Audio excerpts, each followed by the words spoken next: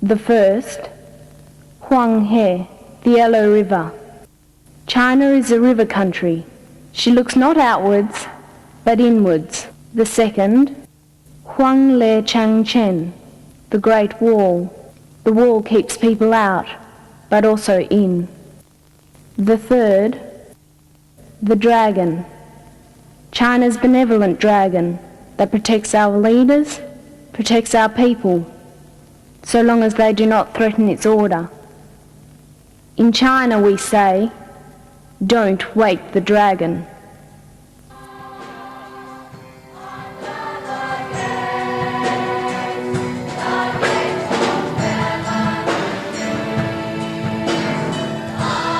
The opening of Leaning Youth Theatre Company's latest production, Beijing Spring, is ominous. Written by Heather Nimmo with music by Bruce Culver and John Saunders, this original production is based on the events in Tiananmen Square in 1989. The cast is made up of past and present Leaning Senior High School students in a company that has evolved from the school's highly successful performing arts department into a community-based theatre company. Leaning Senior High School Performing Arts Coordinator Alan Blagage is the director of the play and the brains behind getting the project off the ground. Why Beijing Spring? Why is probably the most important of all. Having watched what happened on the television and listening to all of the reports and having read in the newspaper, I was shocked that any government anywhere in the world would openly wipe out any of its student population or any of its youth, especially when the basis of their demonstrations was pacifist. Where did we move from there? We decided that we would use what was available to us in terms of resources, which was our bodies and our voices, and in exploring how we could present and make Western audiences more aware of what had happened.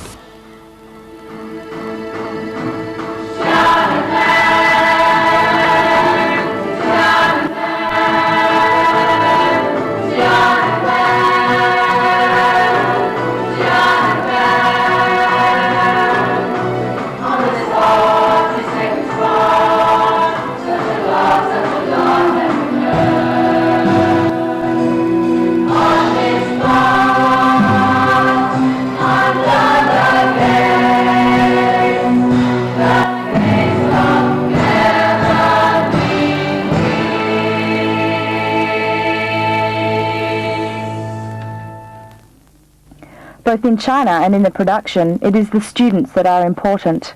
Year 12 students, Gemma Damond and Anita Emore, are two of the leads in the show. They explained a little about the characters they portray. The characters you both play are not part of the student protest. Who are they, and how do they fit into the story? Gemma?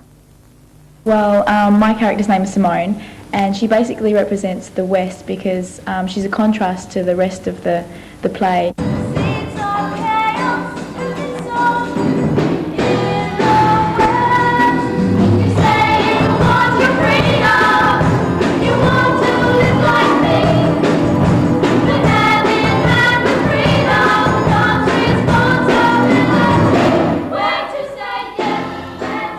The main thing is she keeps telling everyone that she's Australian Chinese because her great-great-grandfather was born in China.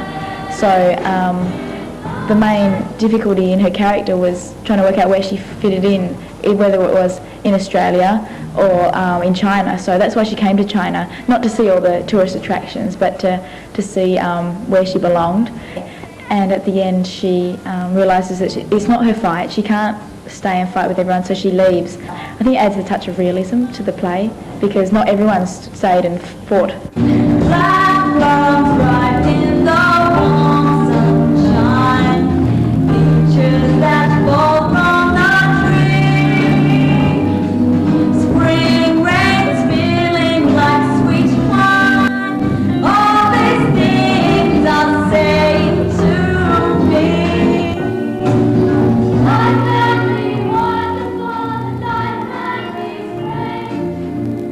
Okay, my character's Red Lotus. Asians base their life around their family and how family comes first and all that. Well, that's what I think I represent, and so that's why I come to Beijing to find my brothers Phoenix and Lizard, who are involved in the protests, or get involved in the protests. I also represent hope, I think, because there's a stage in the play where I stop the army from fighting or shooting the students with I stop them with my great smile and my flowers. No, but yeah, but so that's what I think that I represent. What does this production mean to you? Well, for me as an actor, it's changed my attitude towards acting, because we're not only acting for fun for ourselves, but we're also acting for a cause. With the events in Tiananmen Square. So that's what Beijing Spring means to me, and also the friendship. And as actors, we've all come together for this one purpose, and it's a different feeling. It's not like doing a big musical. It's more like you feel a like you've stage achieved sort of something thing. at the end. Yeah. Especially when you listen to the audience reaction and they say, I'd forgotten about what happened in Beijing, and you think, good, well, at least now those students who died have been remembered through us.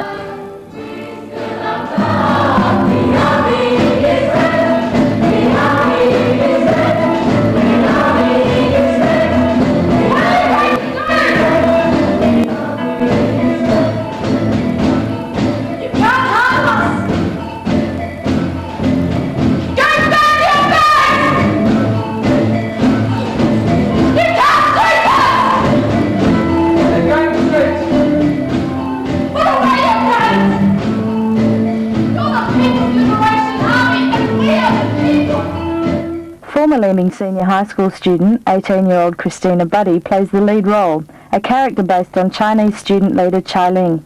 According to Christina, Chai Ling was a forceful person with the born ability to be a leader. Chai Ling was a student leader that was in Beijing when the incident occurred, and she initiated the hunger strike, which is an incredible thing to do.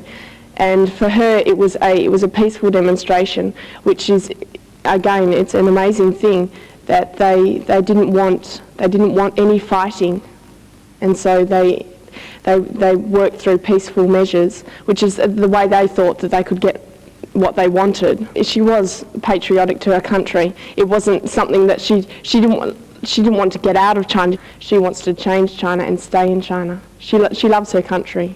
She's got a lot of charisma and very passionate. She's a very emotional person, which is, it's based in the script. I mean, everything that she says or does is from the heart, is emotional.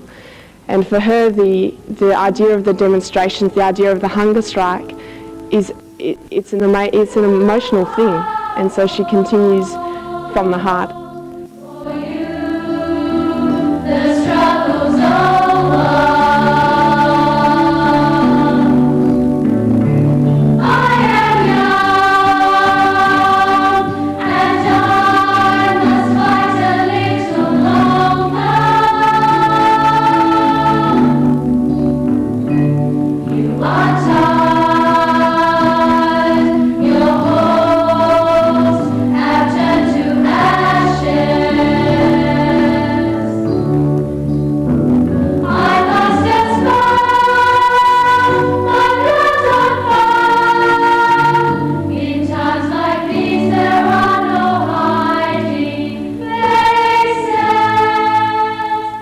Another thing is she made a speech which is in the play. We've taken extracts out of the speech, and it's incredible because people went on a hunger strike after they heard this speech. We refer to it as the hunger strike speech. And for people to hear this speech and say, yes, I'm willing to die for this, I'm willing to die for my country and die for my cause. And I think that says to me a lot about her character. In these glorious sunny days of May, we are on a hunger strike. In this most wonderful time of our youth, we have no choice but to leave behind us the best things life has to offer. How reluctant are our hearts. Even though our shoulders are still young and fragile, even though death to us is too heavy a burden to bear, we have decided to take our leave. History demands this from us. Our requests for equal dialogue have been delayed again and again. Our student leaders face mortal dangers. What are we to do? We have no choice but to go on a hunger strike. It is our only choice. We use courage that enables us to face death, to fight for the life that is worth living. When we are enduring hunger, fathers and mothers, don't be sad. We have only one wish. That is to allow us all to lead better lives. What did you do to help the cast find their characters? The first thing that I established clearly with the company is a very brief understanding of Brecht's ideas, in that there is no way in a fic we are going to convince anybody that we were Chinese. What we had to convince them was that this was a group of actors who were about to retell a story and very much adopt that storyteller mode. In terms of emotion then, what I asked the students to do was to then go back and find within themselves appropriate responses to situations that they would relate to. There's such a contrasting in emotions, and so for me that was really difficult, and I found it at the beginning. I just thought, I really don't know about this, because it is hard, and I mean I'm not a professional actor.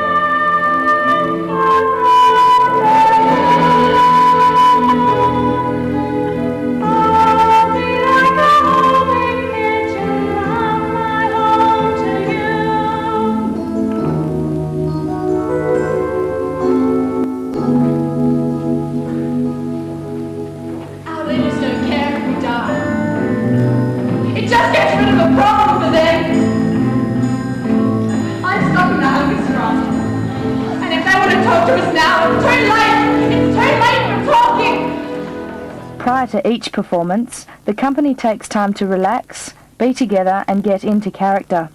The level of emotion required from each individual in the performance often comes out during rehearsals, where the strength of the cast members' friendship and support for one another is evident.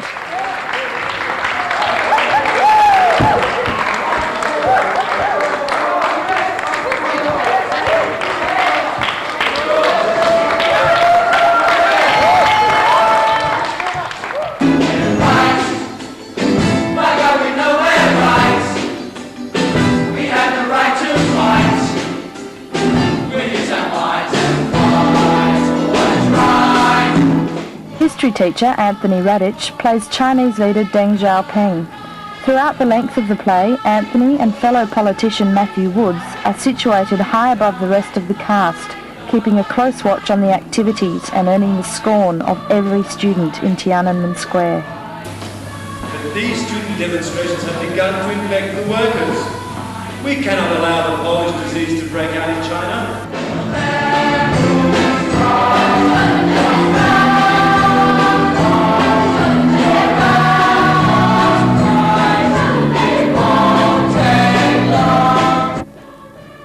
Do you think that the leaders provoked the students in any way? Certainly the leaders would have provoked the students to some extent. Having the army's tanks line the main avenue to Tiananmen Square would have been very intimidating and would have made a lot of the students panic, not knowing exactly how the leaders were going to react and what was going to happen next. Why did they react the way that they did? The leaders would have reacted in the way they did because the student demonstrations would have been seen as a counter-revolutionary act. In any communist society, such actions would have been looked at with great disdain and would not be tolerated at all. Any blatant show of disrespect for the leaders and for the actual regime would have to be dealt with in the way that they felt was the right way, and that is completely pushing it under the carpet so that the rest of the world wouldn't see what was actually happening in China. How did you find working with the younger cast members? Well, as one of the few adults in the production, I found it extremely refreshing in that I was able to be caught up in the youthful exuberance that seemed to envelop the entire cast. They were very, very passionate in what they were doing, and that passion was extended into the level of their performances.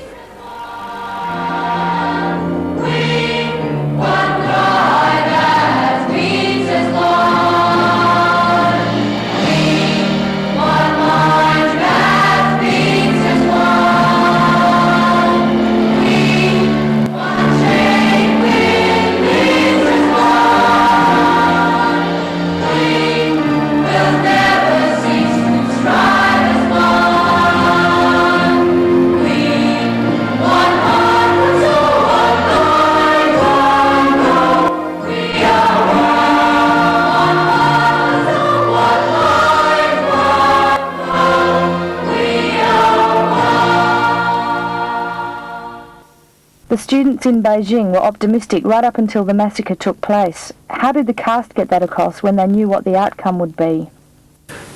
Because that didn't come originally. We ended up with an extremely depressed cast who just sat there and said, why bother? They died. And the thing that I tried to impart to them is that no, it hasn't died, because if the issue is dead, we wouldn't be dealing with it. In fact, what those students did has created something that is going to live for a long time. And I think that possibly that is of the greatest fear to most leaders in the world, in that you can certainly keep things down for a while, but eventually it will bubble over. So that in fact that when they went in as actors with that concept in their heads of, yes, this is something positive, we have done something positive, and that they had to approach it with a sense of optimism that yes, what we are dying for, our characters are dying for, is for a future that is better.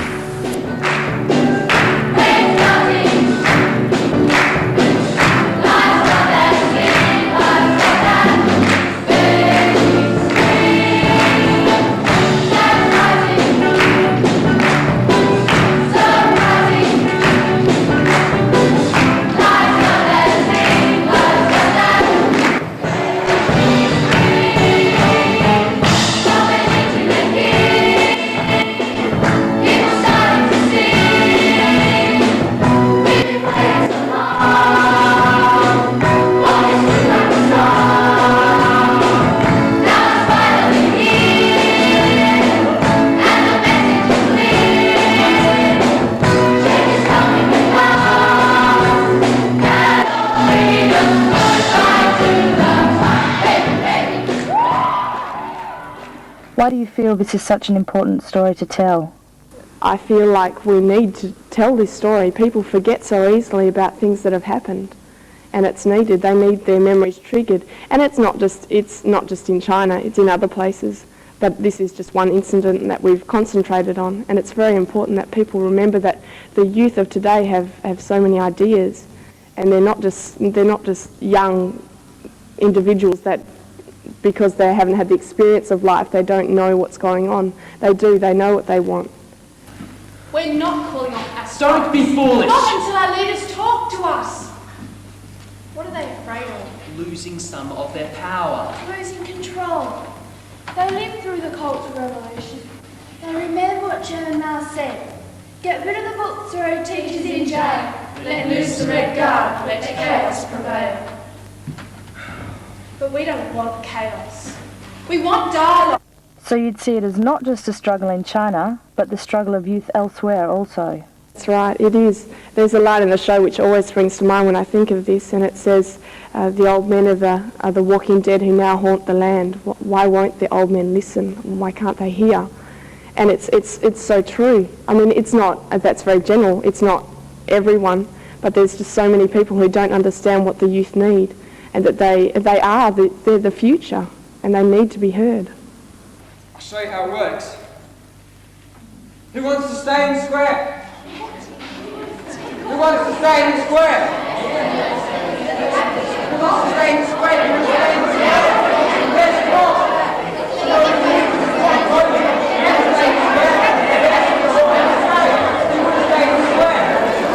Who wants to stay in the square? Who wants to stay in the square? Who wants to go back to class?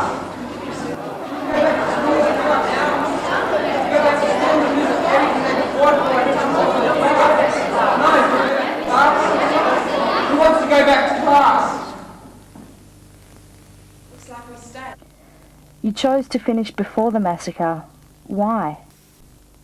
The analogy has been drawn that doing Tiananmen Square or doing Beijing Spring is a little like doing Jesus Christ Superstar. Everybody knows the ending. So the question is, right, well, if everybody knows the ending, how do you make more of the ending? So we stopped just prior to the massacre. In the final minutes of the play, the passion that they feel for it carries it more than the text. And in the reaction from most audiences has been, my God, that's amazing. And it is. And what we have is quite a horrific piece of theatre that lasts about 3 minutes in the end that I think will stir even the coldest hearts.